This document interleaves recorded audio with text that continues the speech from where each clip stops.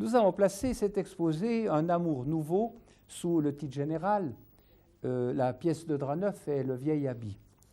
Pour quelle raison? Eh bien, il sait qu'il y a bien des chances que s'il faut changer nos conceptions générales, nous laver, nous dévêtir, la notion même d'amour que nous cultivons doit aussi s'en ressentir et changer à son tour.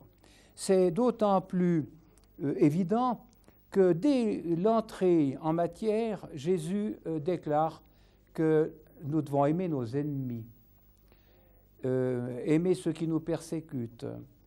Et c'est intéressant, et au lieu de dire « ah ben oui, j'estime qu'il vaut la peine de… » Non, il se réfère à l'univers, et bien voilà, l'auteur de toutes choses, votre Père Céleste, fait pleuvoir sur les justes et sur les injustes. Il fait lever son soleil sur les bons et sur les méchants. Il ne fait plus de distinction entre ces catégories qui sont les vôtres précisément.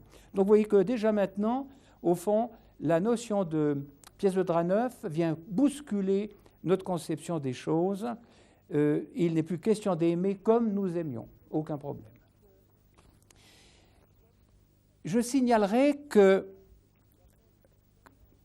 la plupart des déclarations que Jésus a faites, n'ayant pas été placées au niveau où lui les situait, ont donné lieu à des bévues, à des méprises effarantes. Par exemple, un jour, il déclare que celui qui est pur, celui qui a été lavé, n'a besoin pour demeurer pur, c'est dans Jean 13, que de laver ses pieds. Alors évidemment, il ne s'agit pas de ses pieds physiques. Et cependant, il déclare qu'il lave les pieds de ses disciples. Et on a représenté Jésus avec un baquet d'eau lavant les pieds physiques de leur puanteur, on peut dire, physique. Et vous savez que le pape, une fois par année, si je me trompe, lave les pieds de ses cardinaux pour répéter l'événement. Un événement qui n'a jamais eu lieu. Voilà ce qu'il disait. J'ai représenté ici les 3 commandements que vous avez vus tout à l'heure sur la table de gauche d'Arlesheim avec leur contenu. Le 3e, c'est le premier pour la montée, pour ceux qui montent. Tu ne prendras pas mon nom en vain. Je signale que vous trouvez ce premier commandement comme ouverture au notre Père qui es aux cieux, que ton nom soit sanctifié, que je ne prenne pas ton nom en vain. C'est le premier commandement de la remontée. Le 2e, pas de représentation. On passe au domaine de l'esprit, la naissance d'esprit. Et 3e, l'autorité suprême m'appartient et non pas à toi, à ton ego. Il faut jeter le moi dehors et alors tu règnes sur l'univers. Eh bien oui, ces 3 commandements sont nos angles de ces triangles. Le premier angle, la naissance d'eau, pas prendre son nom en vain, ce qui lui appartient en nous, en l'occurrence l'hémisphère droit, son fils, doit être dégagé de notre emprise et devenir lui le maître, le Seigneur par rapport à nous. Car ce sont ses intérêts qui comptent. 2e commandement, c'est non plus le pied, c'est la main, on va arriver à l'œil. Une fois né d'eau, il est capable de naître d'esprit. Une fois né d'eau, il a vu, et une fois né d'esprit, il entre et il règne. Et 3e, l'autorité suprême, commandement, a pour homologue ici la naissance d'eau et d'esprit et finalement héritant le tout. Il y a cumulation naturellement de ces opérations. C'est une transformation de l'être, on pourrait dire une transfiguration. Je donnais il y a peu un cours sur le symbolisme, c'était à Vevey, et dans la première leçon, il y avait là 2 journalistes, et l'un d'eux, dans son rapport, a déclaré ceci, qui nous intéresse parce que cet homme était tout à fait en dehors de la question. Il disait à propos de cet ange qui montre l'œil, puisque, je le répète, il est dans la bavoie. Sur la bavoie, la chair est en dessous. Le prédicateur devrait enseigner la nouvelle justice, la nouvelle conception de l'étape de la loi de Moïse. Et c'est cette conception des choses qui va conduire à l'œil. au rayonnement de l'œil et par là même à la royauté. Ce n'est pas du tout la royauté de Dieu dans les cieux, mais de Dieu en nous, ici, contrairement donc à ce que pensent les profanes. Alors il a dit dans son article, évidemment, quand un personnage lève la main, on peut toujours dire, n'est-ce pas, qu'il montre ceci plutôt que cela. Eh bien, voyez-vous, c'est extrêmement intéressant. Pour arriver à la pureté de l'œil et au rayonnement de l'œil, il faut laver. Il faut ensuite opérer, selon le deuxième commandement, une naissance sur un plan nouveau. C'est cela, l'habit nouveau. C'est cette naissance sur un plan nouveau qui était empêchée par les conceptions du passé, qui stérilisaient l'individu. Et enfin, nous arrivons à l'œil. Et si mon journaliste était là, peut-être qu'il se laisserait convaincre qu'il est bien question ici de commandements qui mènent à l'œil rayonnant, puisque les commandements de l'Église principale d'Appenzell sont rayonnants. Ils sont rayonnants non pas en tant que commandement, mais parce qu'ils ont servi la vision objective, la vision royale de toute chose. Alors, vous voyez, on peut dire ceci.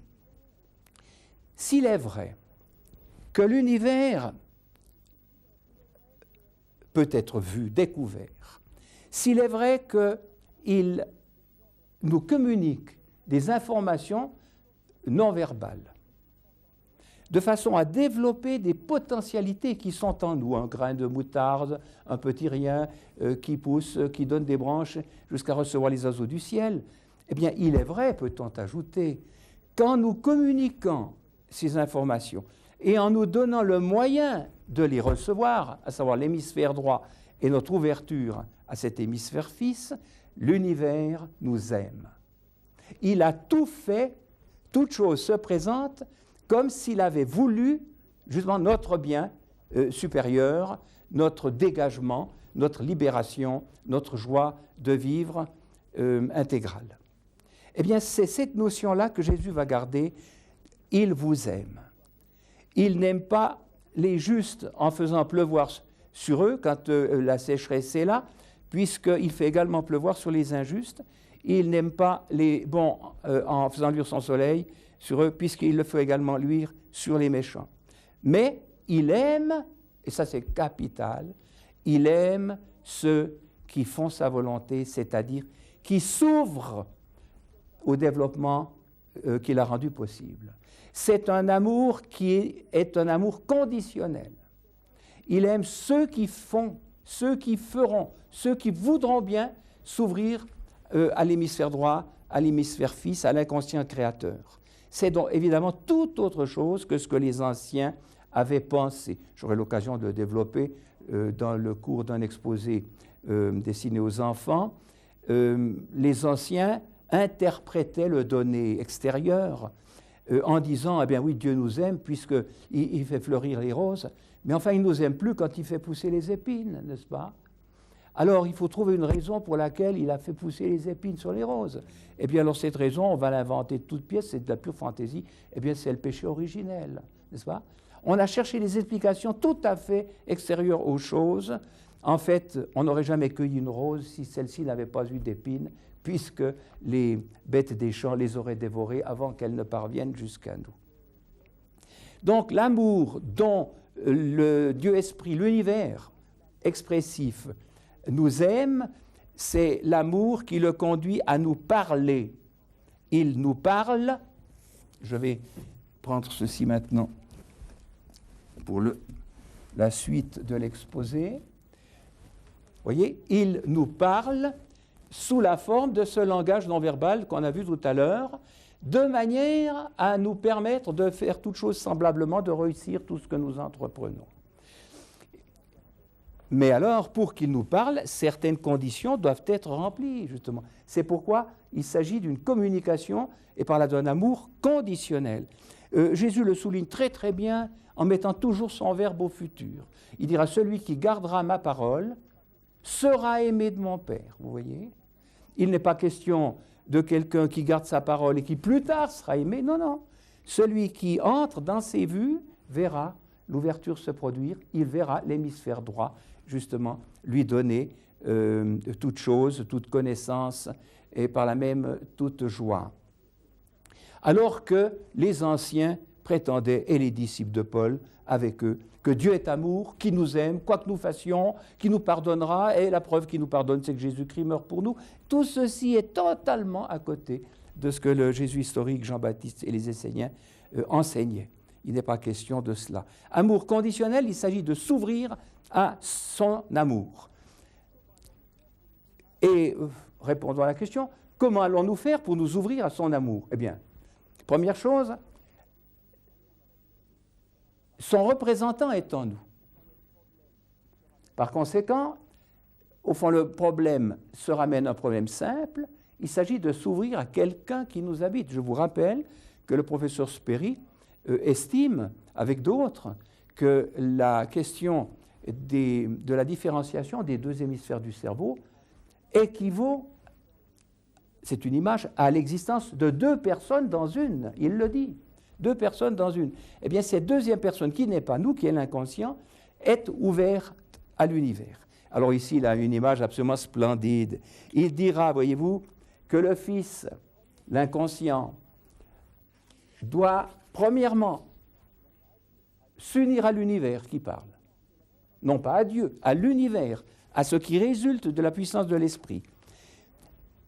Il fait noces avec l'univers et il revient une fois de retour des noces. Alors, vous avez l'hémisphère droit qui s'avère ce qu'il appelle la chambre nuptiale, en raison de sa relation avec l'univers, en raison de sa possibilité de saisir le langage non verbal des faits. Et alors, une fois que cela s'est produit dans l'individu, le petit enfant notamment, alors vous avez l'inconscient qui maintenant cherche à s'ouvrir à nous, parce qu'il est de retour des noces. Il a de quoi nous instruire. Il a recueilli, l'inconscient, de quoi nous informer. Étant plus informé que nous, il cherche, comme un vase communicant, à déverser ces informations en nous. Et alors, parce qu'il y a une noce ici, écoutez bien cela, il y a une noce ici, il doit y avoir maintenant noce là, ici, entre cette fois-ci le Fils roi et puis notre psychisme. Il se transforme, ce Fils qui a eu ses noces avec l'univers, avec la nature, si vous voulez, un féminin, il se transforme en un époux.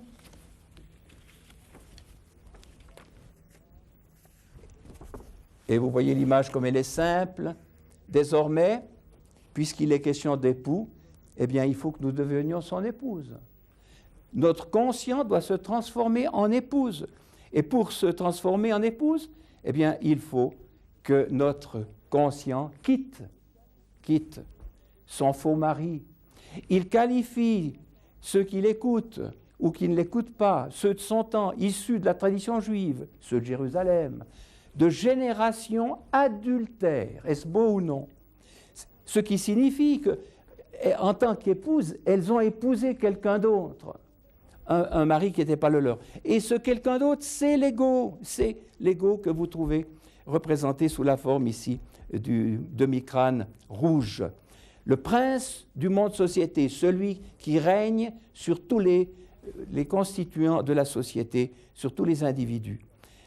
C'est le déterminant négatif, il faut s'en dégager. Alors vous retrouvez ce qu'on a vu, il faut naître d'eau, et puis ensuite d'esprit pour pouvoir dialoguer, entendre les informations verbales et les recevoir qui viennent de l'hémisphère droit. Alors, Jean-Baptiste dira qu'il est l'ami de l'époux. Pourquoi? Parce qu'il a entendu la voix de l'époux. Vous voyez ce que c'est beau? La voix de l'univers est entendue par l'époux, saisie par l'époux, qui ensuite la parle en nous. Et sa joie est grande parce qu'il a entendu la voix de l'époux. Et les malheureux traditionalistes font de l'époux Jésus, n'est-ce pas?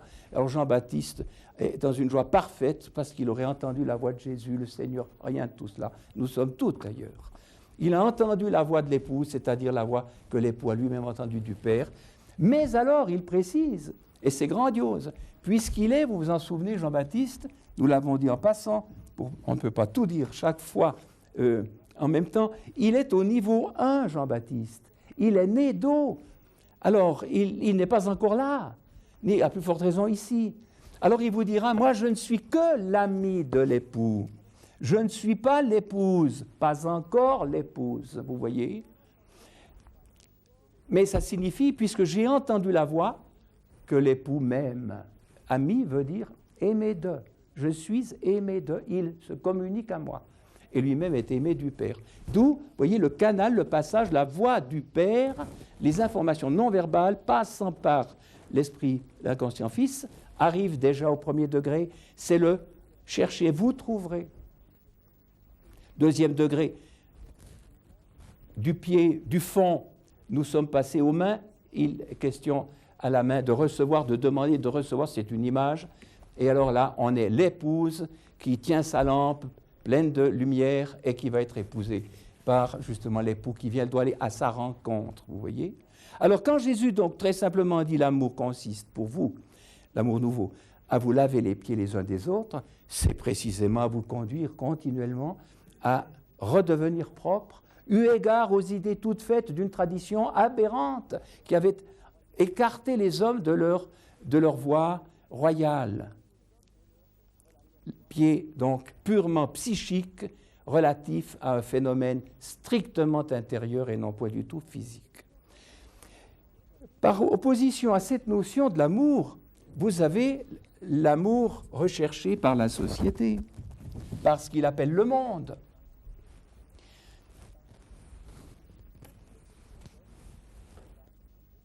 Dès qu'il est question d'hommes, de femmes, d'individus, en un certain nombre de ceux-ci, il est question d'organisation, il est question de soumission, de régner sur, d'écraser, d'injustice, tout ce qu'on veut. Et alors la société craint cela. Et le christianisme, au fond, a été son serviteur au plein sens du terme. Elle a un seul intérêt, c'est au fond de transformer ceux qui sont menaçants en des brebis paisibles. Par conséquent, il faut, au lieu que nous nous écrasions, que nous nous aimions. L'amour, cet amour-là du cimetière, car c'est cela, n'oubliez jamais, le plus petit dénominateur commun est ce qui lie les hommes, les femmes les uns aux autres. Et alors, pour qu'il n'y ait pas de dégâts, d'ennuis, de surprises, il faut que chacun, au fond, soit un inexistant. Mais oui, un mort, un cimetière, un caveau de cimetière, une tombe. Et c'est pour cela même, donc ce n'est pas pour rien, que ces gens-ci qualifient ceux-là de morts, n'est-ce pas? Et il faut que ces morts passent à la vie qui est ici. Il s'agissait de morts psychiques et non point du tout de morts physiques, évidemment. Il faut donc ici que nous nous aimions les uns les autres, au fond, pour qu'il ne se passe rien. C'est un aveu ou non, pour qu'il ne se passe rien. Or, il doit se passer quelque chose, et même beaucoup de choses, nous allons nous en assurer plus avant.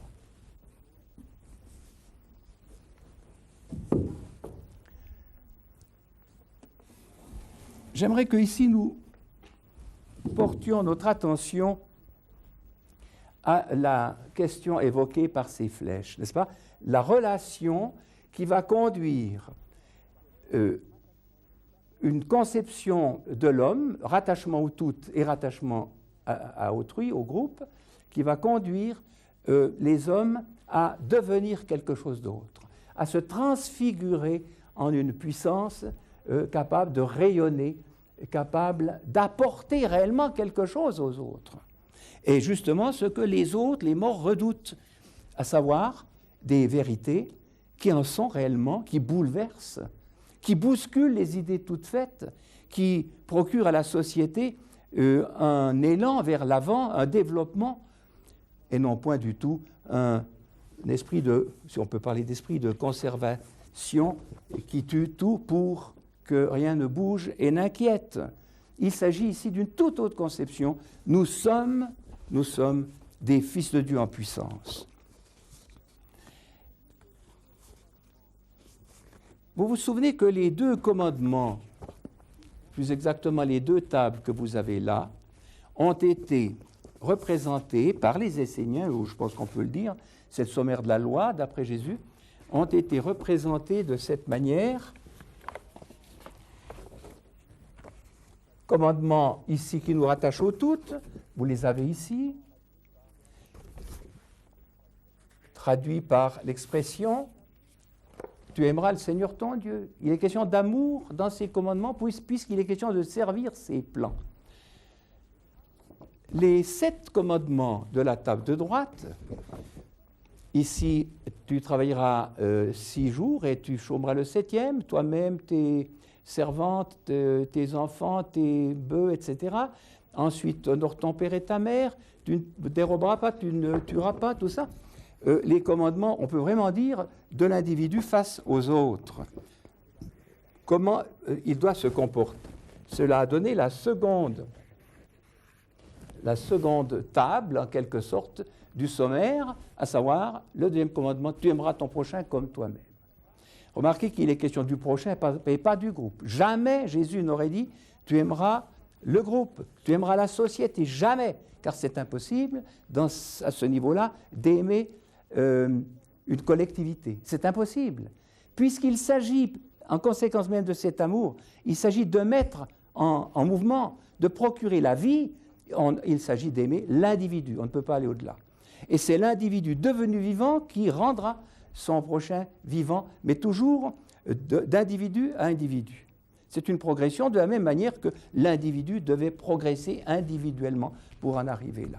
Jésus, dans Thomas, le dit très clairement, beaucoup se tiennent à la porte de la chambre nuptiale, je l'avais tout à l'heure ici, disons elle est là, mais seuls les solitaires y entreront, vous voyez, c'est clair et net, puisque cette chambre nuptiale est l'alliance avec le tout, avec l'inconscient issu du tout, c'est ce qu'il appellera l'Esprit Saint, nous aurons l'occasion de le voir, l'Esprit qui enseigne toutes choses. Alors, si maintenant vous prenez ceci, qui est donné dans un sens absolument nouveau, dans le sens ancien, si vous voulez coudre cette pièce de drap neuf sur le vieil habit, vous obtenez la catastrophe suivante. Vous obtenez cela, je l'ai dit tout à l'heure. Vous l'avez ici. Vous avez la table ici de droite, vous voyez très très bien, qui chevauche celle de gauche, la première, et qui tend à la faire disparaître, parce que de nouveau, le groupe, avec ce besoin d'amour extincteur, voilà le terme, le groupe cherche à n'avoir que cela. Il ne peut concevoir un amour qui transforme l'individu. Puis c'est justement contre la transformation de l'individu que le groupe lutte. Si bien que la catastrophe devient la suivante, c'est notre schéma habituel, vous en souvenez. L'essentiel, le Fils, ce qui représente l'essentiel dans notre personne et la relation avec le tout, est sacrifié au groupe. C'est ce qu'il appelle la profanation. Je passe maintenant à la photo que je désirais commenter avec vous, celle de Reckingen. Je me permettrai d'enlever ceci pour faire de la place. L'église de Reckingen est donc située dans le Haut-Valais. Et nous allons la commenter parce que vous avez là un message absolument émerveillant qui, au fond, reprend tout ce que j'ai pu vous dire, sans le connaître d'ailleurs, ce message-là, de cette église-là plus exactement. Qu'avez-vous à Reckingen? Vous avez tout d'abord ici un aigle. Un aigle et non pas du tout une colombe. L'aigle qui symbolise la puissance régnante. Comme on parlera de l'aigle royal, l'aigle est le roi des oiseaux. Et ici, le roi de l'univers. Vous avez ceci contre le mur, un peu sur la voûte. Il s'agit d'un autel latéral de l'église en question. Le corps de l'église se trouve à gauche.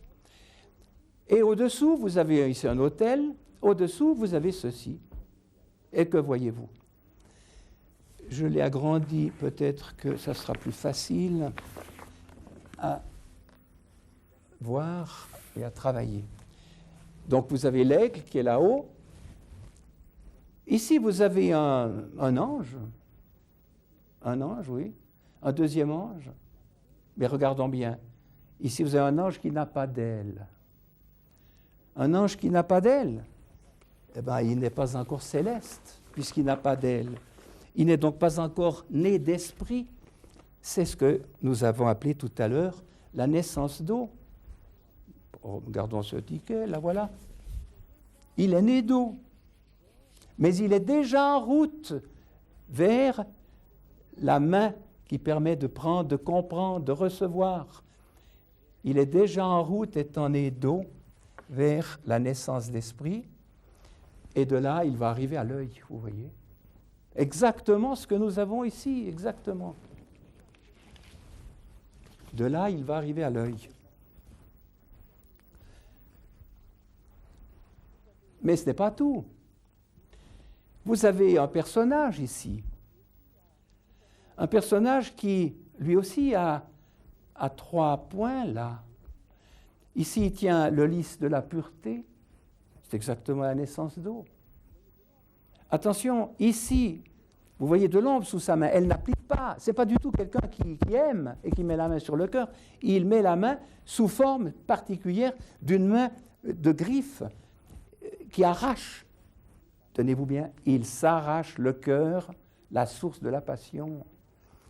Vous vous souvenez?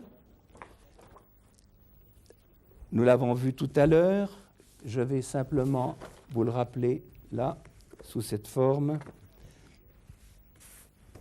La passion aveuglant. Il y a lieu d'arracher le cœur pour voir clair. Si l'on prend, je le dis bien, le cœur comme symbole de la passion.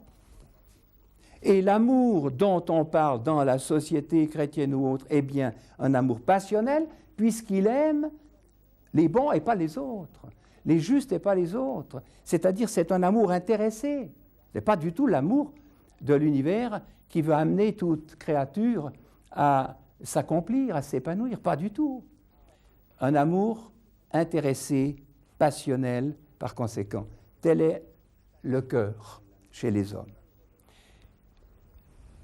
Mais il s'arrache le cœur, et vous voyez des cœurs d'or ici, qui jaillissent du rayonnement de l'aigle. C'est l'amour nouveau, c'est évident. L'amour lumière, dira-t-on. Aime ton frère comme la prunelle de ton œil, comme ta psyché. Veille sur lui comme sur la prunelle de ton œil. Voilà ce qu'il déclare dans Thomas. L'amour nouveau que Jésus apporte. Il n'a pas dit « je vous donne un commandement, aimez-vous les uns les autres ». Il n'a pas dit cela. Il a dit « je vous donne un commandement nouveau », c'est la pièce de Raneuf, « aimez-vous les uns les autres comme je vous ai aimé » et pas du tout comme on avait aimé jusque-là, vous voyez. Vous avez ici donc des cœurs d'or, des cœurs lumière qui vont remplacer le cœur de chair qui s'est arraché. Désormais, il est né d'esprit et il peut parvenir au sommet, ici même, né d'eau et d'esprit. Il hérite le tout. C'est pourquoi vous avez la couronne. Vous la voyez très bien. Et cette couronne, remarquez, c'est un anneau nuptial. Un anneau nuptial surmonté, si vous permettez, je passe au tableau de gauche, parce qu'on y voit l'aigle, il est pris sous un autre angle, un anneau nuptial qui tient lieu de couronne, et les éléments supérieurs de la couronne sont représentés par des feuilles qui sont vertes et des fleurs d'or, des fleurs lumière. Des fleurs lumière qui sont des cloches de roses toutes ouvertes, et puis un soleil, une plante soleil. Alors là, si on ne comprend pas, on n'a rien compris.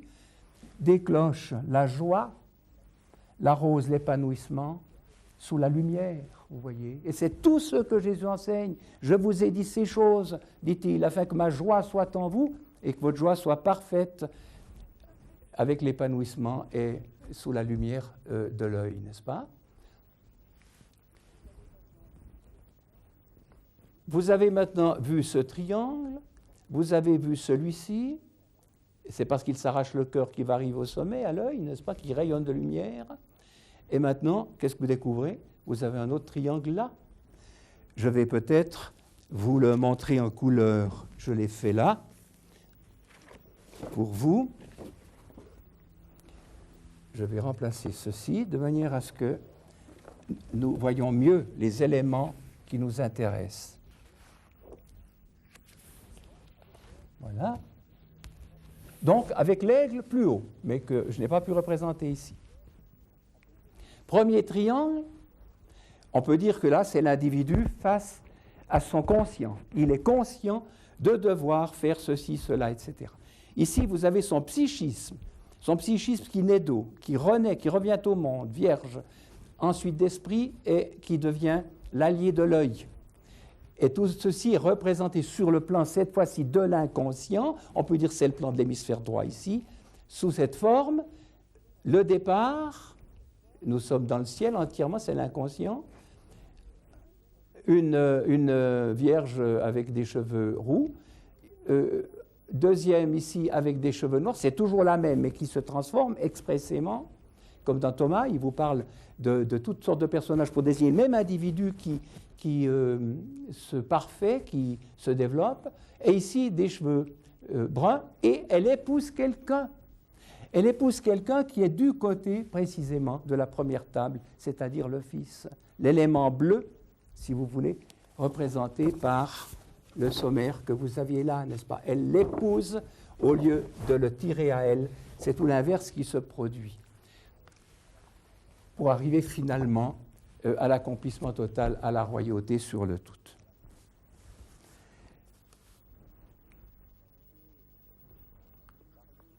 J'ai parlé tout à l'heure de l'amour tel qu'on le conçoit dans le groupe, dans la société. J'aimerais faire maintenant un parallèle entre cette conception d'autrui qui est ramenée à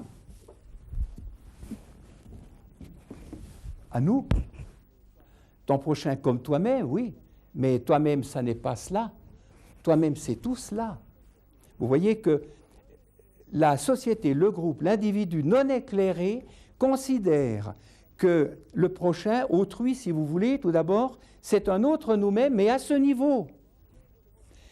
Il ne voit pas que le prochain pourrait être pour lui une source de lumière et de joie et d'enrichissement. Vous voyez, on a parlé tout à l'heure de la valeur de l'homme.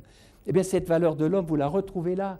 Elle n'est pas dans le groupe, elle n'est pas dans la société qui ne voit que l'individu, ici représenté par le demi-crâne rouge, l'individu chair et sang, l'individu dangereux et pauvre, qui n'a rien à donner, qui n'est, pourrait-on dire, qu'un obstacle à notre propre vie et survie.